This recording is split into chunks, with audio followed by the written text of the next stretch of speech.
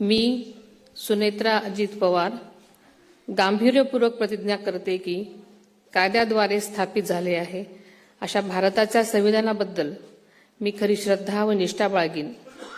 मी भारताची सार्वभौमता व एकात्मता उन्नत राखीन।